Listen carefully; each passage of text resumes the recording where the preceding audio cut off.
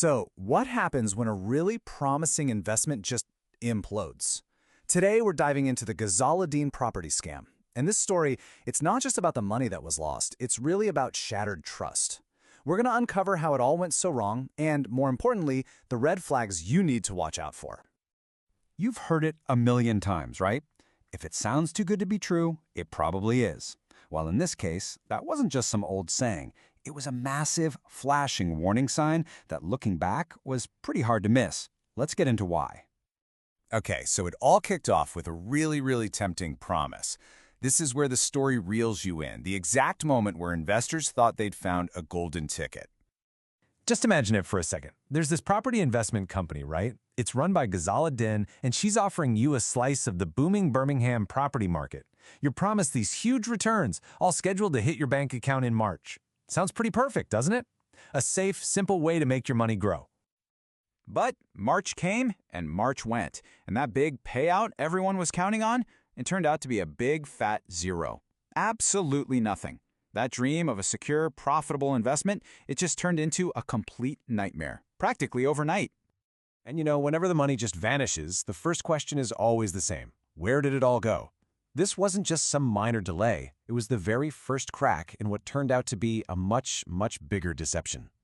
So instead of getting straight answers, the investors got a masterclass in excuses. This is where the whole thing just gets incredibly frustrating, as those initial promises got swapped out for what felt like a never-ending cycle of delays. Take a look at this timeline. I mean, it is a textbook example of how trust just gets worn down bit by bit. It starts in March, missed payment. Then, the first excuse pops up, lockdowns. You know, that sounds plausible, right? But then, as you can see, months go by, and the story changes to these super vague complications. It's this slow, methodical chipping away at people's confidence. And just when it seemed like the excuses were never going to stop, something wild happened. A recorded confession from Ghazala Din herself actually surfaced, and all of a sudden, the entire game changed. Her big explanation for the millions of missing pounds? Everything got messed up. That's it. No details, not really an apology. Just this vague admission that, yeah, things went sideways. It's kind of a masterclass in dodging responsibility while, technically admitting something went wrong. So what did messed up actually translate to? Well, she did confirm one really important detail. The properties were real. The investors' money had been used to buy them. But here's the kicker. The actual plan to manage those properties and, make money from them, it was a complete and total failure. So the assets were there, but the competence to run the business just wasn't. And with that admission, any little bit of trust that was left, it just vanished.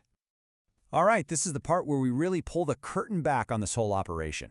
Let's look at the shiny promise they were selling versus the messy reality investors were actually putting their money into. So on one side, you've got the dream, a simple, transparent investment with guaranteed returns.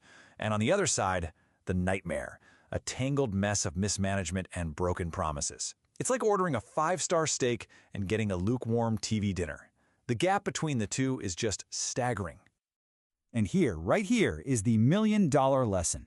Just because there are physical assets doesn't mean your money is safe. You can have a whole portfolio of gorgeous properties, but if the people in charge are incompetent, or worse, corrupt, you're going to lose. It's not about the assets. It's always about the management. Okay, so how do you keep yourself from falling into the same kind of trap?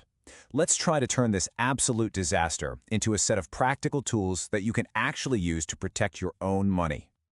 You know, it's really easy to get lost in the numbers and the financial details, but we can't forget what's really at stake here. This isn't just about losing money. It's about shattered dreams, it's about broken trust, and it's about lives being completely turned upside down. And that's exactly why spotting these red flags is so incredibly important. All right, let's arm ourselves with the warning signs. First up, constant delays, just like we saw here. Then you get those vague excuses. Remember, complications? That's a classic sign. If you ask for paperwork and you're met with a wall of silence, that is a huge red flag. And look, when promises are broken again and again and again, it's not just bad luck, it's a pattern. And in the end, it really all boils down to this one question. What is your personal standard for transparency? The Ghazala Din scam is a really harsh reminder that when it comes to your own financial future, demanding clarity isn't being difficult. It's being smart. Because at the end of the day, it's your money. It's your trust, and it's your absolute best line of defense.